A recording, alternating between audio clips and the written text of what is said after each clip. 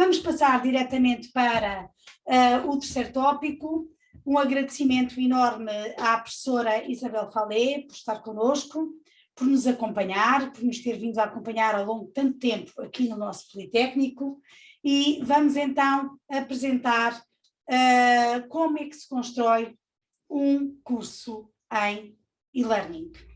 Gostaria só de dar aqui algumas dicas, porque este trabalho que vem a seguir foi feito em colaboração entre as duas, e combinámos que, como ela é a especialista máxima da construção de conteúdos e de cursos em e-learning, passarei então a palavra à Isabel, mas antes só para vos dizer que, enquanto avaliadora da A3ES para este domínio, é preciso ler um conjunto grande de documentos, e também perceber que existem muitas zonas de proximidade com a construção de um curso não em e-learning, portanto um presencial para a A3ES.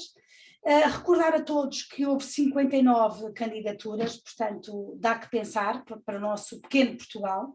Houve de todas as áreas científicas, desde a educação até ao ambiente. Dizer que as comissões agora são criadas por 3 pessoas, um líder, o líder que é aquele que construiu o modelo de avaliação em e-learning, o CSISP também, e o CRUP e a Associação das Universidades Particulares também deram um nome para esta comissão. Esta comissão foi criada, construíram os conteúdos e depois convidaram uma série de professores de todo o Portugal para poderem associar-se como avaliadores deste formato de ensino. Tive a sorte de ser uma delas e, portanto, dizer que tem um período de avaliação diferente dos cursos em presença. Como sabem, é até de 15 de setembro a 15 de outubro a avaliação de cursos presenciais. Este tem um outro template de construção e tem uma outra data de avaliação, também durante o mês, que podem submeter, e é seguir ao momento presencial. E com isto, dizer que é com muito gosto, Isabel, que estamos juntas neste desafio e noutros que venham a seguir. Isabel, the floor is yours.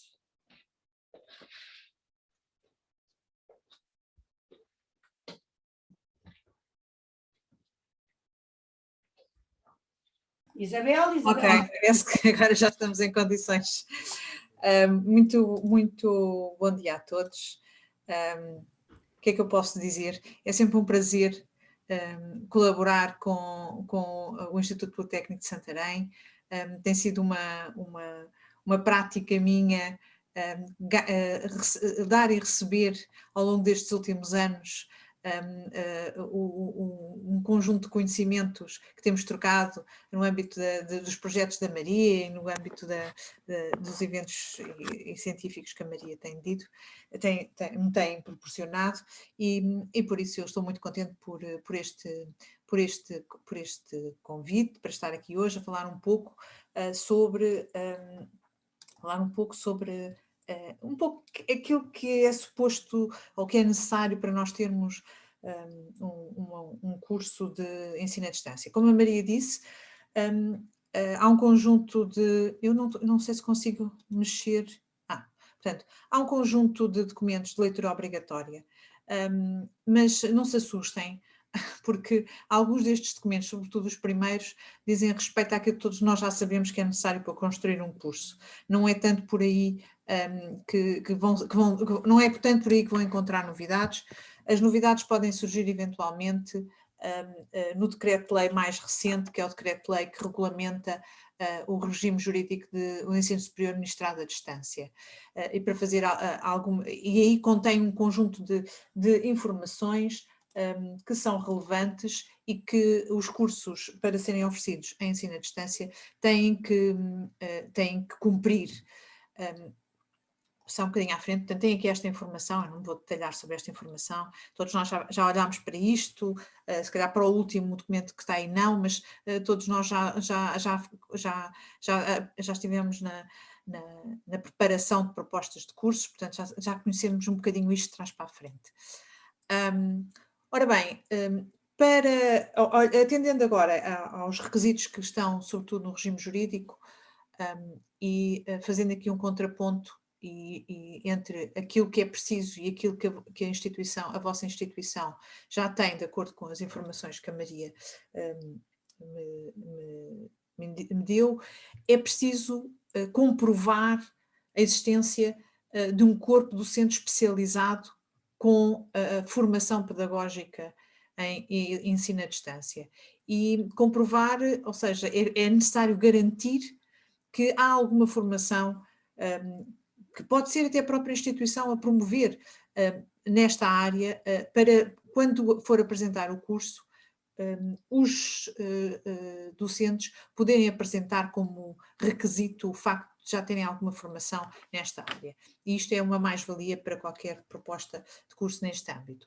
Claro que aquilo que todos nós queremos, e acho que vocês têm, e muitas instituições têm, têm que reunir um conjunto alargado de técnicos especializados na área da informática, do web design, do learning management systems e das novas tecnologias, e também, claro, e isto é essencial, esta é a parte essencial, aquela parte mais genérica que eu falei anterior, estes técnicos especializados que falei anteriormente, são técnicos que tratam, digamos, da parte principal, da estrutura. Agora, o que nós precisamos, e eu sinto isso porque estou mais na parte da docência, não é? O que nós precisamos é de um apoio efetivo junto dos docentes para o desenho das unidades curriculares, na modalidade de e-learning ou de blended learning, qualquer que seja o vosso percurso, e que exista, e que os docentes se sintam apoiados com uma equipa multidisciplinar que lhes indique percursos, que os ajude a fazer a construção de recursos digitais originais e a implementar todos estes recursos nas unidades curriculares. Para quem não está habituado a trabalhar com um sistema deste tipo Moodle, pode ser penoso e pode ser extremamente desmotivante tentar implementar um curso ou tentar implementar uma unidade curricular. Por isso é importante que as pessoas se sintam apoiadas com uma equipa a quem possam recorrer para ajudar, para explicar, para tudo mais. Claro que também podemos pensar que na internet nós encontramos tudo, e se eu não sei utilizar uma ferramenta que está dentro da Moodle e fizer uma pesquisa na internet, vou encontrar soluções e vídeos e vou encontrar tudo isso. Mas isso vai me fazer perder muito tempo. Portanto, aquilo que nós mais sentimos na Universidade Aberta, quando fizemos esta grande transição para a plataforma Moodle, foi a falta de uma equipa que nos ajudasse efetivamente. Portanto, nós fizemos uma transformação muito grande já em 2008, mas foi muito penosa para os docentes. Eu acho que ela não tem que ser tão penosa se a instituição proporcionar aos docentes uma equipa que lhes permita tirar alguns obstáculos com os quais perdemos imenso tempo e que qualquer pessoa na área da informática resolve facilmente. Portanto, há que otimizar recursos entre docentes e estas equipas multidisciplinares. A Maria tem reunido um conjunto de pessoas à volta dela que tem um conjunto vasto de competências nestas áreas informáticas e por isso eu penso que vocês já têm esta parte consolidada, embora à medida que esta parte também vai ser mais consolidada, à medida que também forem mexendo e forem fazendo as coisas. Em termos de meios e materiais tecnológicos, claro que tem que ter um sistema de funcionamento online, um Learning Management System, portanto já tem o Moodle, mas eu digo porque não tem que ser o Moodle, existem outros. O Moodle tem a facilidade de ser um sistema gratuito e como é um sistema gratuito e aberto, código aberto, também tem muita gente a desenvolver materiais porque é muito utilizado, tem essa vantagem. É obviamente necessário também ter um sistema integrado de gestão de dados académicos, que vocês também têm, um centro de documentação digital que disponibiliza o acesso livre a bibliotecas digitais e a centros de recursos multimédia. Eu penso que também têm, e já agora chama a atenção para uma aplicação. A Maria falou há bocado do Perusal, mas existe uma outra aplicação que se chama, como é que se chama? Curriculum Builder. Eu vou escrever só aqui no bate-papo, se conseguir, não tenho acesso ao bate-papo agora. Que é uma aplicação que eu acho que é extremamente interessante para dentro da unidade curricular, porque dá o acesso, em vez de estarmos nós a disponibilizar os documentos dentro da unidade curricular, essa aplicação tem ligação direta às bibliotecas e os estudantes podem ir isso. E os estudantes podem aceder às bibliotecas diretamente dentro da sala de aula virtual. E sem ser necessário os professores estarem a carregar este tipo de recursos, basta dar a indicação de onde é que eles estão e com este Curriculum Builder é possível construir isso. Mas isso é uma ferramenta que provavelmente a Maria poderá também para desenvolver e explorar um bocadinho com os seus estudantes e depois trazer-vos as mais-valias. É muito importante ter um centro de investigação para experimentar coisas. Estamos numa área tecnológica, uma área que se desenvolve muito rapidamente. Muito mais, claro que é uma área que se desenvolve muito rapidamente e aparecem soluções, não só soluções que acompanham algumas evoluções pedagógicas, mas soluções que nos apontam novos caminhos do ponto de vista pedagógico e que nos apontam novos percursos e novas formas de fazer, de lecionar e que também nos obrigam muitas vezes, enquanto docentes, a repensar toda a nossa prática pedagógica, no sentido de ir ao encontro do indivíduo, não é? Do nosso estudante enquanto indivíduo e não do nosso estudante enquanto grupo. Esta personalização do ensino a que nós temos vindo a assistir nos últimos tempos é extremamente exigente, como vocês sabem. É extremamente exigente porque uma coisa é nós concebermos um percurso em que nós sempre fomos habituados a conceber, que é um percurso de grupo para uma turma. Outra coisa é construir um percurso para pessoas dentro da turma. Sendo que, não podendo exatamente construir um percurso individual nós próprios, nós temos que dar essa oportunidade aos estudantes. E isto é muito forte no ensino à distância. Evidentemente, não aconselho a funcionar e também o regimento do ensino à distância não permite, sem um modelo pedagógico com concepção modular de conteúdos, com indicação das metodologias a utilizar. Eu sei que isto é um bocadinho limitador no sentido da autonomia do docente na utilização das suas práticas, mas é também, temos que pensar também no ponto de vista do estudante. Tem que haver alguma uniformização das metodologias utilizadas, tem que haver algo que seja, não quer dizer que todas as unidades curriculares têm que ser iguais, mas tem que haver alguma uniformidade no percurso académico que o estudante faz em várias unidades curriculares. E às vezes, se calhar, a autonomia individual do docente no desenho das suas próprias unidades curriculares se calhar não fica tão beliscada quanto isso, se houver uma estrutura mais geral e mais uniforme, porque é importante que um estudante, quando entra numa unidade curricular do seu curso, em cada uma que entra não tenha coisas completamente diferentes no sentido do seu funcionamento, porque isso pode ser um bocadinho inquietante para eles, não é? Portanto, pode ser desafiante, mas também assim, o desafio tem limites, nós não podemos pensar que os estudantes têm um nível de desafio constante e que estão sempre disponíveis para mudar a cada unidade curricular tudo o que fazem. Portanto, temos de ter aqui também alguma moderação. Portanto, a existência do modelo pedagógico é algo que é extremamente relevante. Na estrutura do plano curricular, eu acho que aqui pode ser mais a autonomia do professor, estabelecer percursos de aprendizagem personalizados, com valorização destes percursos. Eu tinha aqui com a opção preferencial por unidades optativas. Eu acho que isto é muito importante. temos muita diversidade, mas depois nós temos que pensar na outra vertente, que é a vertente económica. Também temos que pensar, não temos só que pensar naquilo que nos dá prazer, porque ou seja, uma proliferação de módulos que podem não ter estudantes ou que podem ter um estudante, podem tornar depois para a instituição um curso, podem tornar inviável do ponto de vista económico a manutenção de um curso. Portanto, há também que fazer alguma gestão nesse sentido, não só na gestão daquilo que nós queremos enquanto instituição oferecer, mas também no recurso, na otimização dos recursos.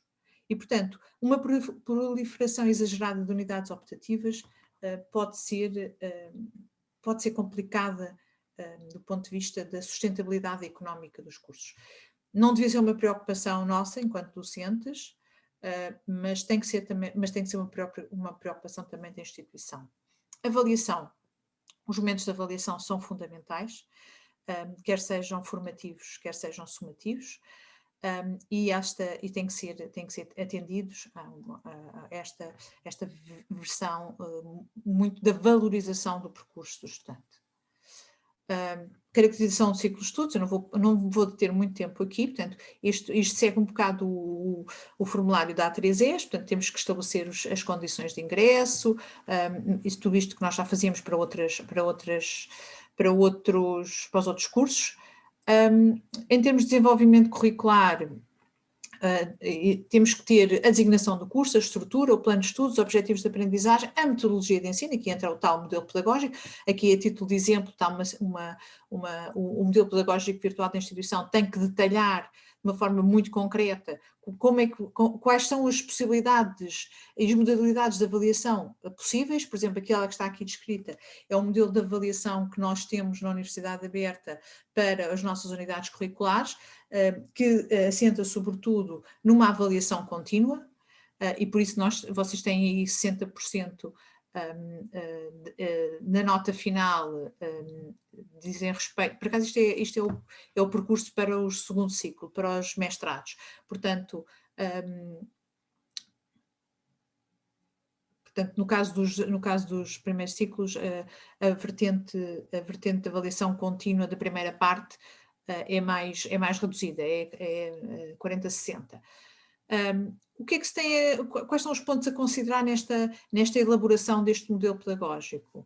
A adequação das metodologias de aprendizagem, podemos falar de metodologias ativas, como por exemplo a resolução de problemas, baseada em casos, o desenvolvimento do pensamento analítico, o desenvolvimento de projetos, como é que vamos promover as metodologias colaborativas, e nós gostamos tanto disto, não é? Está tanto na moda, de tal forma que os alunos atualmente até estão a utilizar esta metodologia colaborativa em alguns momentos de avaliação que não era suposto que utilizassem, mas de facto estão a crescer também nesses momentos a crescer e a aprender nesses momentos de avaliação.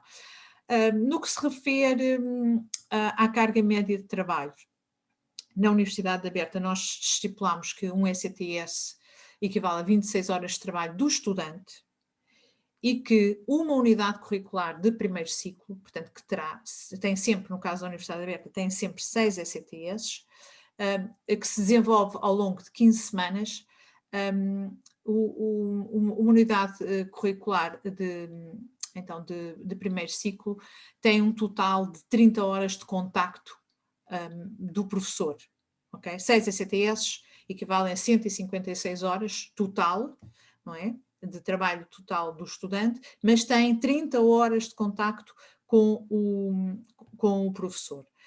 O que é que equivale, isto equivale aqui? Isto equivale a uma unidade curricular de primeiro ciclo, um contacto de 2 horas por semana. Como é que se estabelece 2 horas por semana na interação aluno-professor? Como é que se estabelece esta interação, estas horas de contacto, como é que elas são, o que é que fazemos nestas horas de contacto? Estas horas de contacto incluem todo o trabalho de resposta a fóruns, de feedback aos estudantes, de esclarecimento de dúvidas online, de produção de materiais, embora aqui a produção de materiais, assim, quando nós estamos em funcionamento, é suposto os materiais já estarem todos prontos.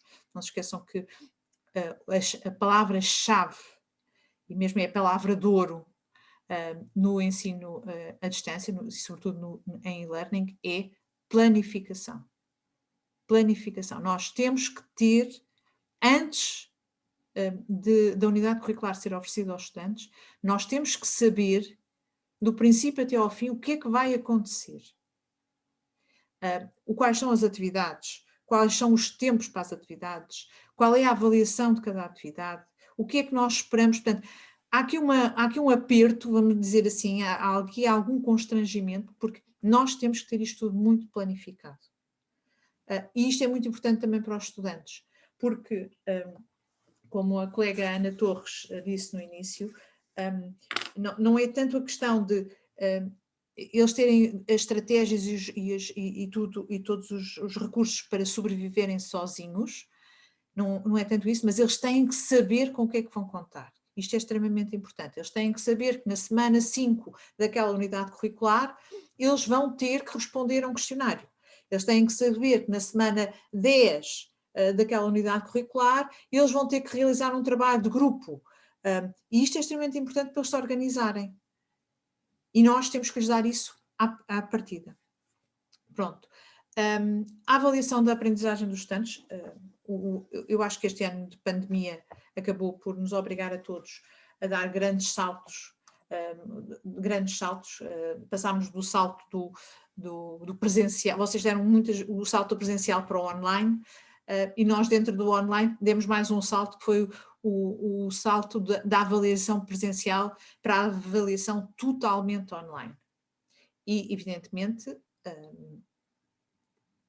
foi uma experiência que vamos continuar, aliás, mantemos essa avaliação completamente online, e todos nós sabemos que esta avaliação completamente online levanta muitas questões, não é? Não sabemos quem é que está do outro lado, estamos a ver os estudantes a fazer, são eles ou não são eles que estão a fazer, assim, a experiência que nós temos é que no caso de um primeiro momento de avaliação que fizemos totalmente online, em que considerámos um tempo muito alargado para a realização da prova, não foi tanto a questão, eu acho que não foi tanto a questão de eles estarem a fazer um teste com consulta ou de poderem pesquisar tudo e mais alguma coisa, não foi tanto essa a questão que foi crítica.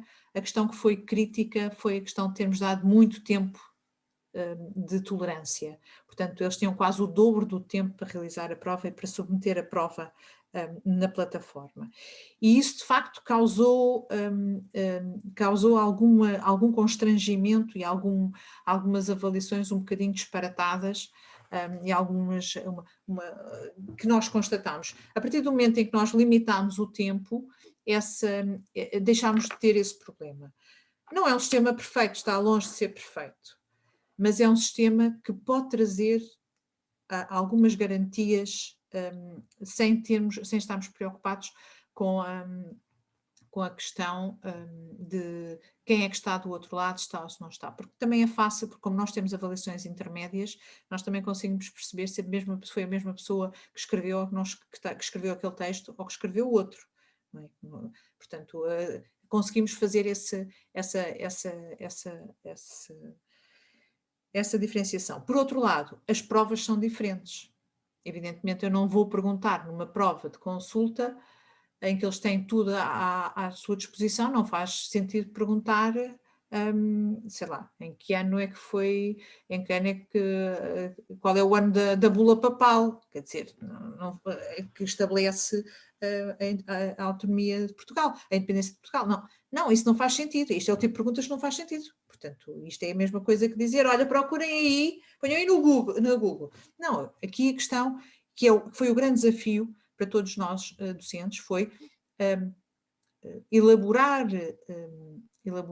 enunciados que obrigassem não tanto o recurso à memória, porque isso a memória é o que eles conseguem fazer de uma forma mais fácil, mas que obrigasse a desenvolver como resposta uma resposta analítica da situação. Portanto, são apresentados casos Em vez de se perguntar quando é que foi a bula papal, se calhar pergunta-se em que circunstância que aconteceu, não sei o quê, porque a data em si não é importante para este tipo de avaliação. Portanto, houve aqui um grande trabalho por parte dos docentes na elaboração de enunciados que não são necessariamente mais difíceis, não podem perguntar as mesmas coisas da mesma forma. Ok? Pronto. Agora deixa-me avançar um bocadinho mais para a frente. Pronto, agora, continuando ainda a fazer o percurso do formulário da A3S, que está aqui. Portanto, aquilo que vocês já têm tudo isso, tem um corpo docente, tem pessoal não docente, tem meios tecnológicos, tem centros de investigação acreditados na FCT, tem produção científica. É extremamente importante, há aí um aspecto que está aí, que é extremamente importante, que é a valorização da participação em atividades científicas. E eu acho que nós, enquanto ensino superior, devíamos cada vez mais valorizar, também como forma de promoção e de integração dos estudantes nas atividades científicas, o facto de a possibilidade de termos, por exemplo, créditos que sejam acreditados na formação dos estudantes por participarem em eventos científicos, em experiências científicas, em programas Erasmus+, portanto, no fundo, chamá-los um pouco, ou seja, que a passagem pela instituição universitária, pelo ensino superior, não seja só uma passagem de adquirir um conjunto de conhecimentos teóricos ou básicos e para depois irem para o outro lado. Não, para construírem um percurso de experiências para eles próprios. E isso é-lhes proporcionado não só por aquilo que nós ensinamos nas unidades curriculares, mas na sua participação nas atividades que constituem aquilo que é o core de uma instituição de ensino superior, que é a docência e a investigação. Portanto, eu acho que é extremamente importante. Eu acho que todos nós devemos pensar muito seriamente na possibilidade de atribuir créditos à participação dos estudantes para eles integrarem no seu currículo de formação básica, porque assim também se sentem mais integrados, também ficam mais disponíveis para eventualmente prosseguir os seus estudos, porque têm outro conhecimento, têm outro envolvimento com a instituição de ensino superior. Portanto, eu sou completamente apologista desta ideia. Nesta lista que aqui tem um rosa choque tipo Maria, o item existência de política de proteção de dados. Somos obrigados a isso. Portanto, tem que existir uma política de proteção de dados. E aqui a política de proteção de dados é uma política de proteção de dados que tem que garantir a proteção dos dados dos estudantes na plataforma, dos dados dos estudantes no sistema integrado, no sistema académico integrado de dados. As pautas, por exemplo, a ideia de fixar pautas é uma violação da proteção de dados. Portanto, é uma prática que toda a vida nós fizemos, mas isto é uma violação da proteção de dados. As únicas pessoas que podem ter acesso a estes dados são os próprios, portanto, a avaliação é individual, comunicada, mas é isso, é comunicada ao estudante, e o estudante é que pode decidir se ela é pública ou não. Portanto, ele tem esse direito de querer que a classificação seja pública ou não. A outra questão, ainda sobre a proteção de dados, evidentemente nós podemos obviar algumas destas questões, quer dizer, eu posso, por exemplo, quando faço uma experiência, hoje em dia, quando faço uma experiência online ou quando faço uma experiência de investigação, os participantes assinam todos um papelinho a dizer que concordam com a utilização dos dados para aquele efeito. E eu aí já fico protegida. Eu posso também iniciar todos estes processos com um pedido de autorização. Portanto, independentemente do que for, assim, as pessoas, as instituições têm que ter, e somos obrigados pela Europa a ter pela legislação europeia a ter esta política de proteção de dados. E isto tem que ser assegurado pelas instituições. Portanto, se não existe, tem que existir, temos todos, vocês, nós, todos que trabalhar por isso. Por fim, já andei demais. Como é que ando para trás? Quero andar para trás. Anterior. Pronto. Por fim, que tipo de informação é que eu acho que a instituição de ensino superior deve disponibilizar publicamente? Para o exterior, como forma também de transparência e de divulgação das suas práticas relativamente ao ensino à distância. Um modelo pedagógico deve ser disponibilizado.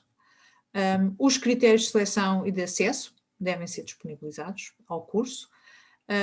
Muito importante, as condições técnicas para frequentar o curso. Se vão utilizar recursos que requerem, por exemplo, a utilização de auscultadores, têm que dizer que eles têm que ter um computador e têm que ter auscultadores, sob pena de dizerem ninguém me avisou que eu precisava de uns auscultadores para fazer o curso. Claro que não podemos aqui descrever tudo, mas há algumas coisas que são básicas, como um computador com ligação à rede, uns auscultadores que eu não sei. Este tipo de coisas tem que estar minimamente escrito. Não é preciso uma grande narrativa, mas tem que estar descrito para que depois o estudante não diga não, mas não me disseram nada disso no princípio. Ok? Pronto. Depois, uma ligação para o Diário da República onde está o plano de estudos, porque é também uma forma digamos, de mostrar que o plano de estudos existe e que tem uma realidade. Um guia de curso, aconselho que exista um guia de curso onde estão explicadas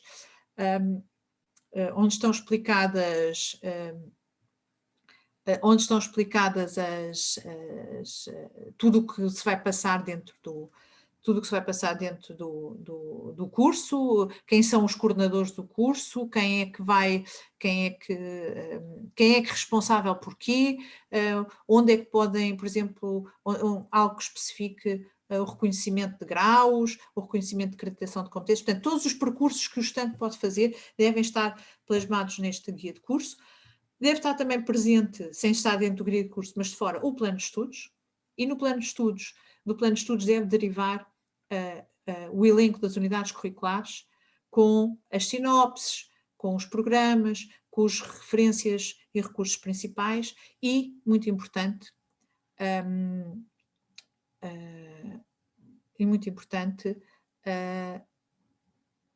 o docente da unidade curricular. Porque nós não temos muitas vezes esta percepção, pensamos, eles vêm, de qualquer maneira, inscrevem-se no curso, querem lá saber de quem é o docente. Não, nós estamos a falar de pessoas diferentes, algumas pessoas que já fazem uma seleção dos cursos em função dos docentes que lecionam esses cursos.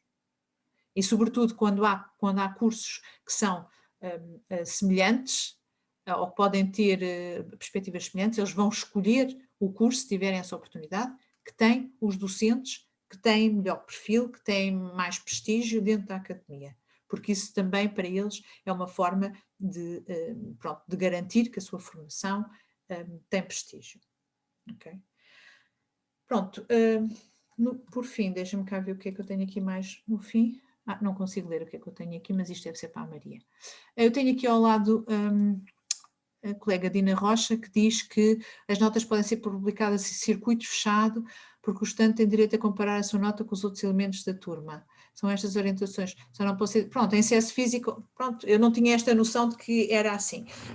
Na verdade, eu sabia que em acesso não podiam ser publicadas para o público em geral. Pronto. Evidentemente que isto provavelmente já está regulamentado desta forma. Pronto. Sim, senhora. Muito obrigada. Não sei, Maria...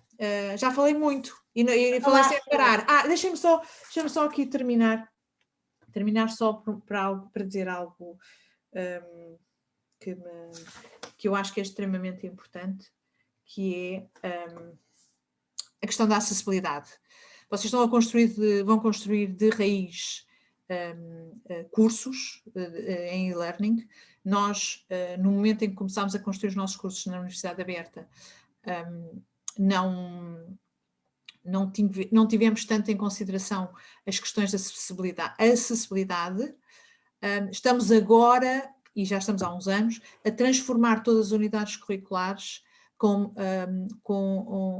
atendendo a esta questão da acessibilidade, que os textos possam ser lidos por invisuais, ou possam ter uma estratégia para ser lidos por invisuais, que seja possível aumentar o tamanho das letras para as pessoas que leem mal, que seja possível ouvir os textos em voz, ou alguém que, portanto, aqueles sistemas que permitem a leitura de textos. Há regras para estas questões. É extremamente importante, eu acho que atendendo à nossa realidade e à nossa responsabilidade social enquanto instituições de ensino superior, atendermos às questões de inclusão, que vocês fazem muito bem, mas também este outro tipo de inclusão é extremamente necessário.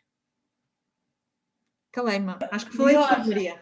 Melhor impossível e, portanto, um enorme agradecimento, Isabel, pelo teu conhecimento, pela nossa interação e que chegámos a este template para podermos mostrar à Academia os tópicos fundamentais de como construir um curso em e-learning. Como podem ver, eu peço ao David se pula para 2 slides à frente, temos a infografia outra vez com todo o resumo e nós terminaríamos aqui. Ou seja, se nos perguntarem, enquanto professora no Politécnico de Santarém, qual é que, como sugestão de estrutura para a construção destes cursos. E esta estrutura, vou-vos dizer, tal como tem a aberta, vai implicar a interação entre vários gabinetes, entre várias pessoas, liderado sempre, logicamente, pelo gabinete de e-learning do IP de Santarém. Este gabinete, como vocês sabem, tem mesmo uma página web, tem pessoas que estão lá e, portanto, que podem ver e que podem ajudar a construir. Não há dúvidas nenhumas que necessitamos de todos os professores e dos estudantes para a interação também poderem perceber e poderem ajudar neste acompanhamento da construção desses mesmos conteúdos. Nunca esquecer a parte do design, o design digital para a construção desse template da unidade curricular. Nunca esquecer também a parte toda do helpdesk informático para nos ajudar a duplicar as nossas UCs e depois também a dar assistência a qualquer coisa que nos corra mal e que não se saiba como resolver. Muito importante também o helpdesk pedagógico, temos o helpdesk pedagógico que ajude na construção de todas estas matérias e também tirar sempre dúvidas ao longo do semestre. De extrema importância também são os serviços de informática, naturalmente, para abrir os espaços e para nos acompanhar.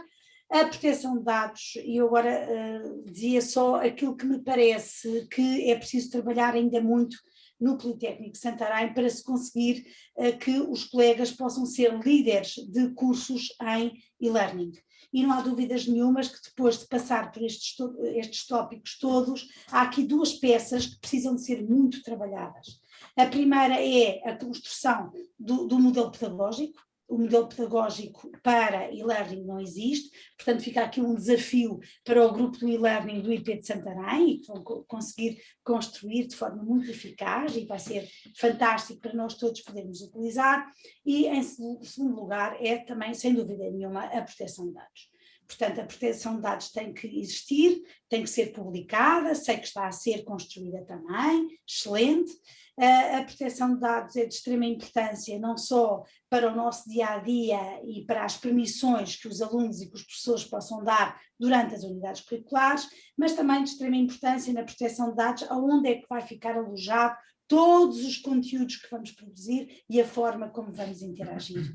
Portanto, é com este desafio de extrema importância desta colaboração entre várias entidades, desde o gabinete também da qualidade, a pró-presidência da internacionalização, de extrema importância também, porque se vamos abrir cursos em e-learning, vamos ter estudantes de todo o mundo e é preciso criar esses protocolos com as universidades para que as avaliações sejam uma realidade e, portanto, aqui fica um desafio para todas estas entidades que estão aqui do lado esquerdo do nosso PowerPoint poderem trabalhar em conjunto e construírem aquilo que vai ser um modelo, tenho a certeza, super eficaz para o nosso IP Santarém. Neste momento estão abertas as questões, relembro que é um momento único, temos connosco Isabel Falé, uma especialista da área, pergunto se há alguma dúvida, se algum colega quer colocar alguma questão ou à Isabel ou a mim, ou às duas, e portanto estamos abertos inteiramente ao debate. Maria, eu queria só aqui reforçar um ponto, Claro. muito rapidamente, que é, há pouco quando tu falaste sobre responder aos alunos à noite e ao fim de semana, é assim, na verdade, eu não sei qual é a tua experiência aí no caso dos alunos do IP de Santarém, mas é preciso terem atenção que no caso da Universidade Aberta nós estamos a falar de pessoas que são trabalhadores e estudantes, e por isso os seus momentos de interação serão exatamente aqueles que existem depois da conclusão do seu tempo de trabalho. Portanto, é natural que a interação seja mais à noite e aos fins de semana. Eu acho que não tenho outra experiência, infelizmente, por isso pergunto como é a tua. Eu acho que no caso de outro tipo de estudantes, a interação não tem que necessariamente ser à noite, seguramente não será. Portanto, os colegas não pensem que vão passar a ter que responder às noitadas aos estudantes, porque eu acho que isso é muito particular das características dos estudantes da Universidade Aberta. Por ter essa diferença e sentir essa minha mudança dos meus tempos online com a Universidade Aberta, e com o gosto que tenho, estar a 30% a colaborar convosco, mas posso dizer, Isabel, que durante o tempo que estivemos completamente online, e só regressámos no passado dia 19 de abril, portanto, até 19 de abril o conceito era o mesmo, porque os jovens eu não tenho essa experiência, gostam mais de interagir, eu não diria à noite, mas foi mais no período da tarde. Quase que não tive questões no período da manhã, que era quando eu gostaria mais. Portanto, a tática dos estudantes, quer sejam trabalhadores, quer não sejam, é sobretudo na integração, na submissão de questões, sobretudo mais ao final da tarde, e para aqueles que pertencem ao Politécnico, mas sem dúvida nenhuma que os da Aberta era mesmo o horário a seguir ao jantar. Muito obrigada, Isabel, por essa questão. Temos a Madalena Teixeira com uma questão. Sim, eu vou ter que, não vou conseguir ficar até ao final. Queria dizer que gostei imenso de ter assistido a esta sessão. Ainda bem que fica gravado para se poder ver depois. E queria só dizer que me soube a pouco. Eu gostava de mais. E pronto, eu também estou na ES, tal como a Maria. Sou daqueles professores que também precisa definitivamente de apoio no que diz respeito a realizar estas coisas. Algumas eu vou tentando, mas demoro sempre muito tempo e tempo que depois, pronto, acaba por fazer falta para outras coisas. É muito bom saber ou seja, da possibilidade de existência de quem dá apoio a mexer nestas ferramentas, embora eu também goste de aprender. Pronto, mas queria muito pedir, portanto, não é propriamente uma questão, mas queria muito pedir se, dentro destes tópicos que foram aqui abordados, se nós podemos ter uma parte 2, por exemplo, não é? E em que essa parte 2 nós possamos ver como é que as coisas são feitas. Porque os colegas que vieram falar, obviamente eles estão absolutamente dentro do assunto, usam uma linguagem que eu não domino e que é natural, porque são coisas muito técnicas, mas, Maria, eu gostava demais, se fosse possível, desculpa estar a pedir, mas se eu não tivesse achado que realmente era muito útil e muito interessante, eu não estava a pedir mais. E vais ter mais, Madalena, este dia, esta manhã que foi escolhida a dedo, como vocês imaginam, dia 13 de maio, é um dia que me va muito bem e, portanto, achei logo que era a data ideal para nós fazermos esta apresentação pública, mas este é um primeiro momento. E, portanto, no dia 8 de junho, anota na tua agenda, das 10 da manhã às 4 da tarde, vamos no período da manhã dar formação, como é que nós construímos as infografias, outros grupos vão para os videogramas e começam comigo para a estrutura, e com a Ana Torres também a ajudar na estrutura da unidade curricular, e depois no período da tarde teremos então uma formação do Prusal, que é uma coisa inovadora e que eu ainda tenho de descobrir ainda mais, e no período da tarde também vamos ter outra vez a nossa Isabel Falé para nos ajudar caso algum colega já queira construir algum curso em AD e sobretudo, como viram, as mudanças são muito a nível da metodologia, a nível dos ECTS e a nível da avaliação e, portanto, também ela estará connosco para nos ajudar para alguém que queira construir já um curso em EAD na prática. Portanto, este dia 8 vai ser vocacionado para as práticas. Muito obrigada, Madalena. Mais do que parabéns, muito obrigada. Muito obrigada também, Madalena. Vamos responder à Perpétua. Olá, Perpétua, muito obrigada. E a questão que nos coloca é que os estudantes colocam questões ao fim da semana, mas a janela das 48 horas permite ao professor responder durante a semana. Não há dúvidas nenhumas. Mas, Perpétua, uma vez mais, o nosso perfil, é o nosso perfil. Se eu começo a ver as minhas entradas no computador e para quem tem estes devices fantásticos, começo a ver os e-mails a entrarem, eu fico inquieta e tenho de ir responder aos meus estudantes.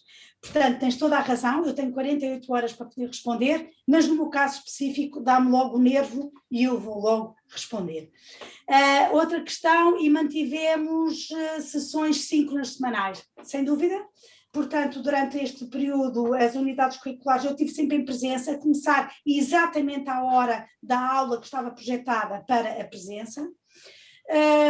Devo-te confessar, Perpétua, que tive que ficar ainda mais com skills digitais, tive que perceber como é que se faziam as salas para eles poderem fazer os trabalhos de grupo e depois voltavam outra vez para a sala de aula, portanto não há dúvidas nenhumas, tivemos momentos síncronos, mas que esses momentos síncronos também implicaram outras implicações de construção de um modelo com o formato de e-learning, mas depois as dúvidas ficavam depois das aulas e as dúvidas eram sobretudo colocadas à tarde, talvez porque as minhas aulas também eram todas de manhã.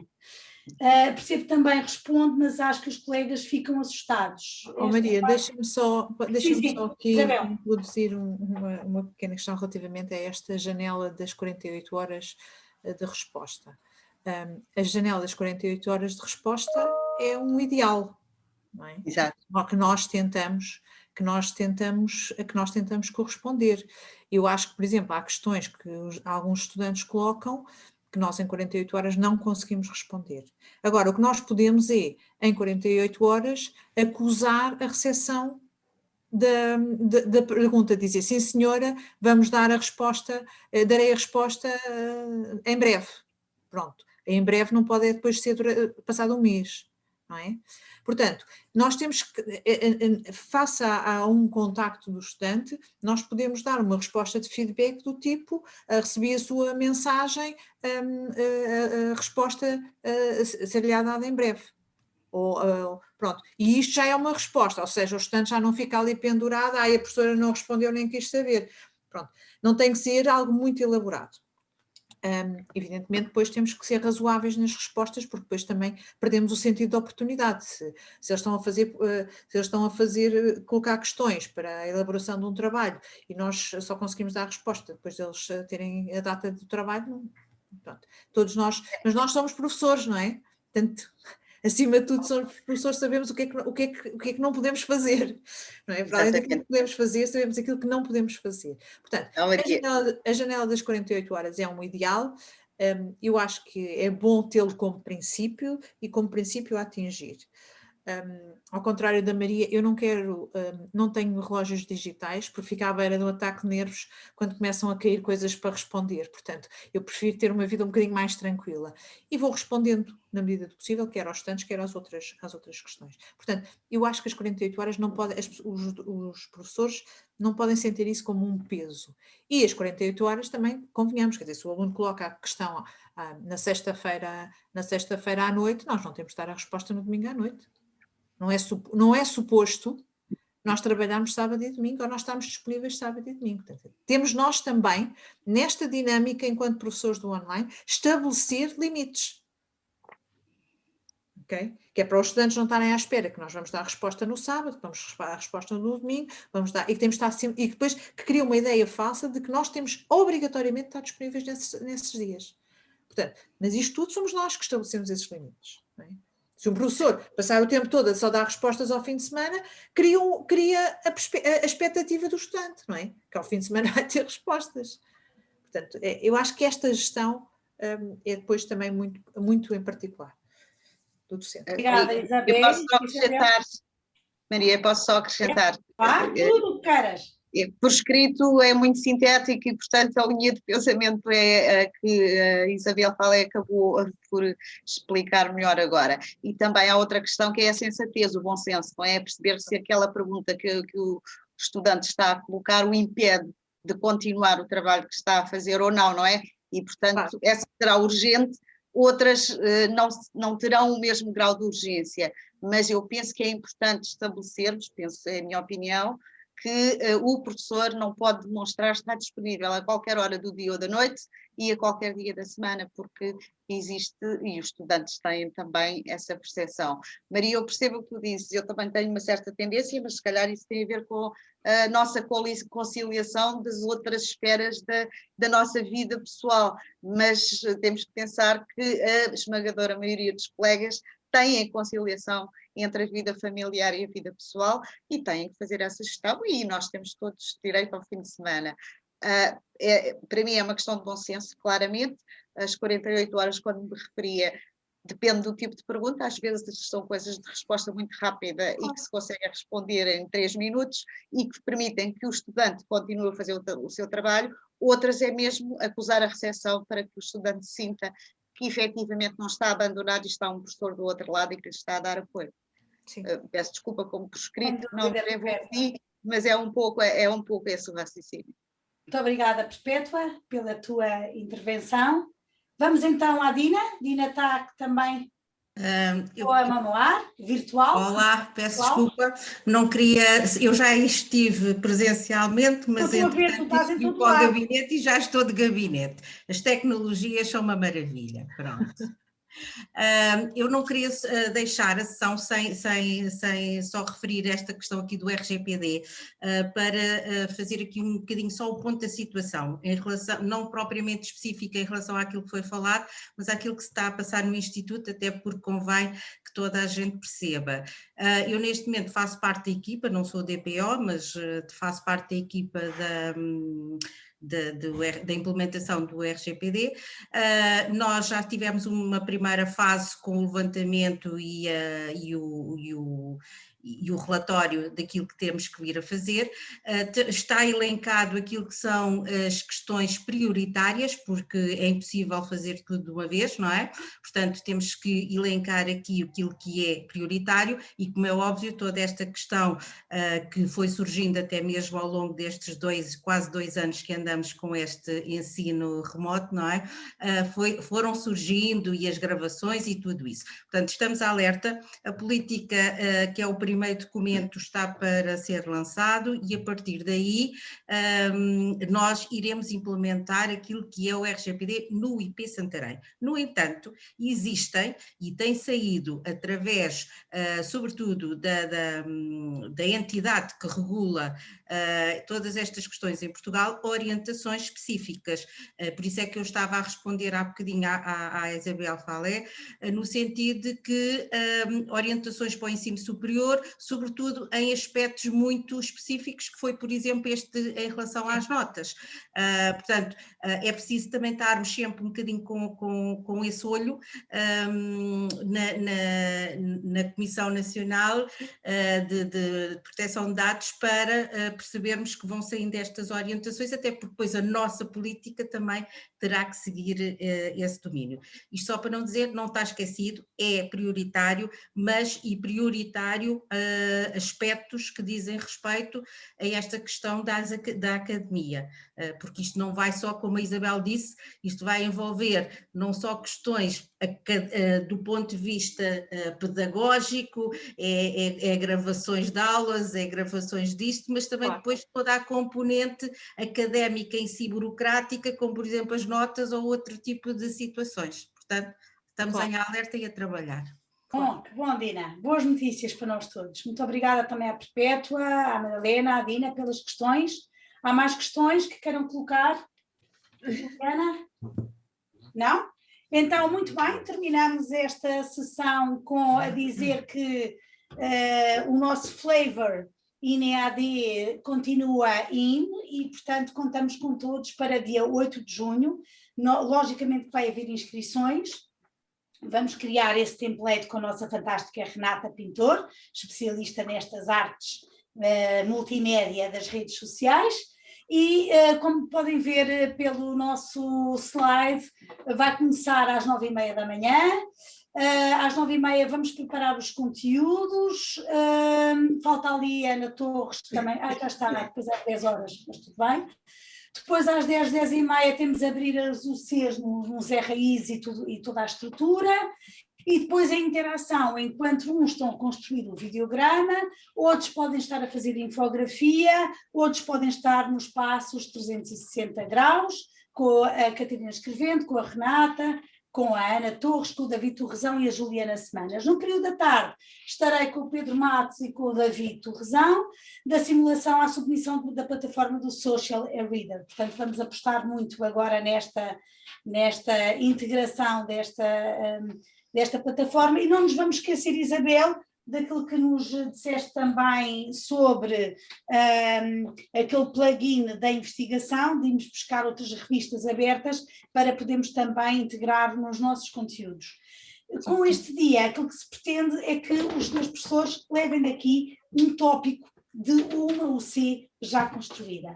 Terminaremos com um segundo desafio para todos aqueles que estão a perspectivar construir um curso em e-learning, que venham também assistir das 15 às 16 às dúvidas, porque pressupõe naturalmente que vão visionar o vídeo que irá ser hoje gravado e disponibilizado para todos. E, portanto, a Isabel estará disponível também comigo para tirarmos dúvidas, mas dúvidas no terreno, hands-on, está bem? A todos, muitíssimo obrigado, e por último deixar o encanto de um grande professor que nós temos o gosto de ter na nossa escola, sermos colegas há muitos anos, o José Soares, um artista, um integrador da multimédia, mas sobretudo, até emocionada digo, um grande rapaz desta nossa escola. Vamos então ao José Bastos Soares e ao seu Pictoring 2020.